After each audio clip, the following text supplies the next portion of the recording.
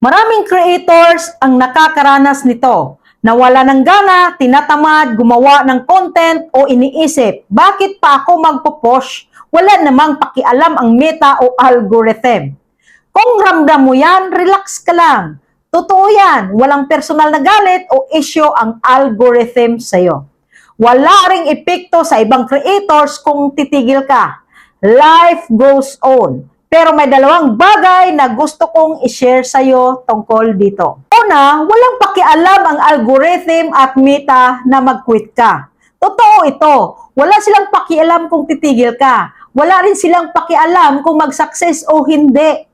Algorithm equals math, data, trends. Hindi ka ini-ignore dahil wala kang kwenta. Wala lang silang emosyon o judgment sa'yo. At sa kabilang banda, ang ibang content creators. Kung titigil ka, okay lang rin sa kanila. Life goes on. Patuloy lang sila sa journey nila.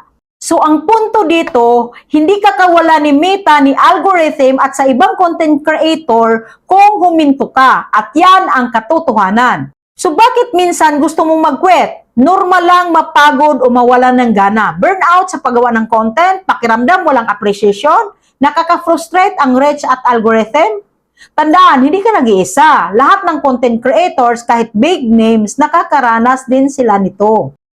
Pero may pagkakaiba. Ang iba nagpapatuloy kahit mabagal ang progress. Ang iba nagpapahinga muna. At may ilan na nag-quit at okay lang. So kung iniisip mo na mag-quit, una, tandaan, okay lang. Walang sisihan, walang pinaparusahan.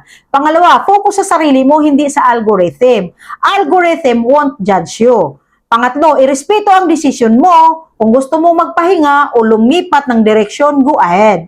Pero may reminder, kung may passion ka at may energy ka, patuloy lang. Kung wala, huminto ka muna. Wala namang epekto sa system at sa ibang creators kung tumigil ka.